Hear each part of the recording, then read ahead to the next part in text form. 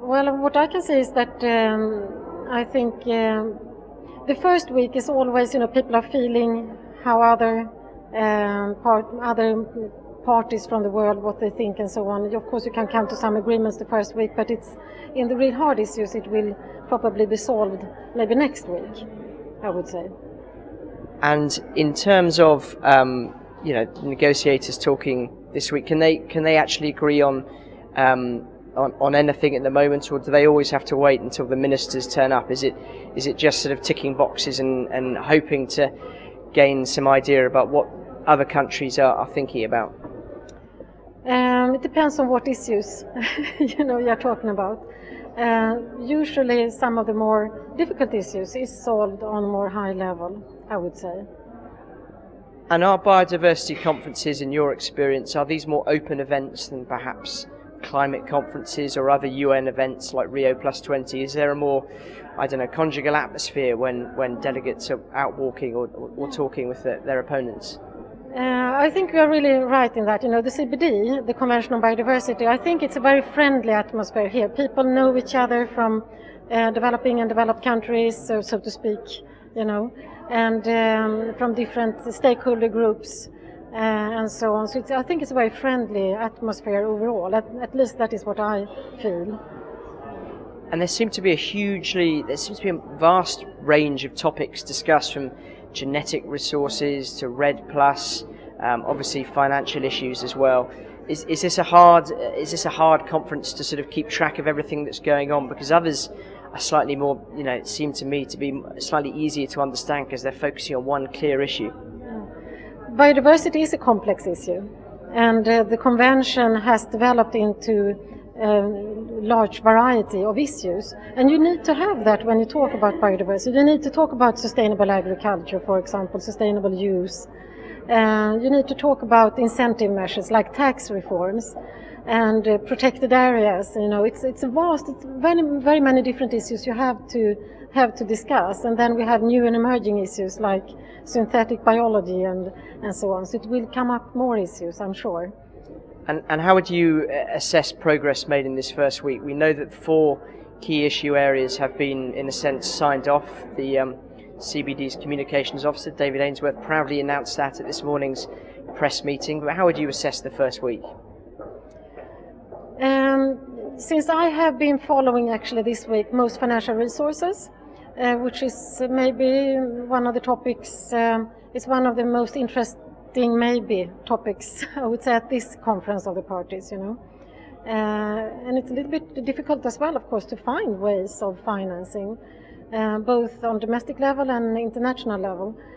We are still in discussion, so to speak, on this topic. So it's hard to tell for me, really, on other topics, what the results have been properly. Well, I guess finance is the key one, because the Executive Secretary, Brouillard said, these 2 weeks were all about implementation. How would you assess this morning's finance meeting, which was open to everyone, the sort of workshop?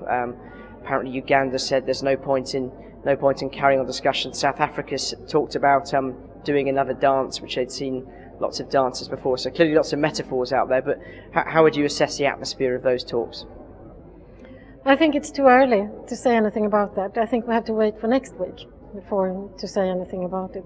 What I could say is that I think it's very important to have a dialogue in between different parties from different parts of the world.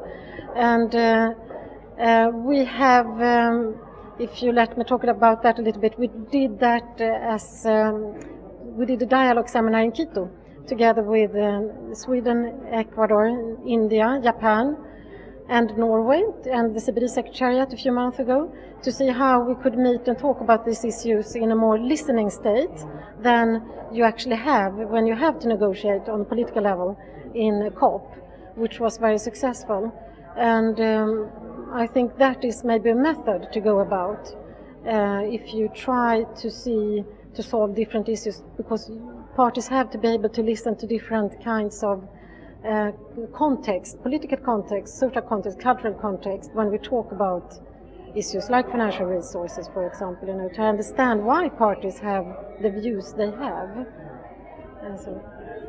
One of the negotiators told me yesterday, they said, I can't even give their gender, but they said you need to be careful. Well, it's time to, when financial talks are in trouble, when people start talking about innovative financial mechanisms, because he says that's when they're trying to escape the real issues. But then just having the head of the IUCN who's out here, they were saying that actually, that's what we need, innovation in financial mechanisms. How do you see the whole finance debate progressing? Are we ever going to get back to vast sort of wads of cash being dropped on the table and here's 5 million, go and adapt, or are we going to see different and more innovative ways of this finance being delivered? I think it first has to be sort of defined what we talk about when we speak about innovative financial mechanism, because it could be a vast range of mechanisms again.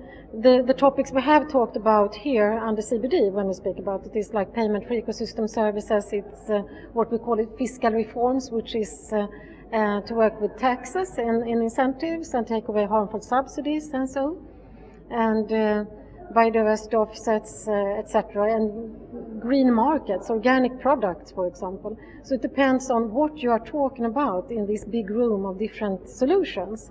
Are you talking about low-scale certification of small-scale agriculture, or are you talking about huge pest programs, payment for ecosystem services programs on the international level? Maybe you could call it RED, such a payment for ecosystem services. So again, it depends on what you are talking about. So I think the conclusion is that we have to really understand that you have to look at the local circumstances, and when you talk about financial resources, for example, you have to see what fits in for a specific country and a specific region, community, on even community level, to see what works for people, what kind of solutions that works for people in both the rights perspective and for the economic development and so on at the same time.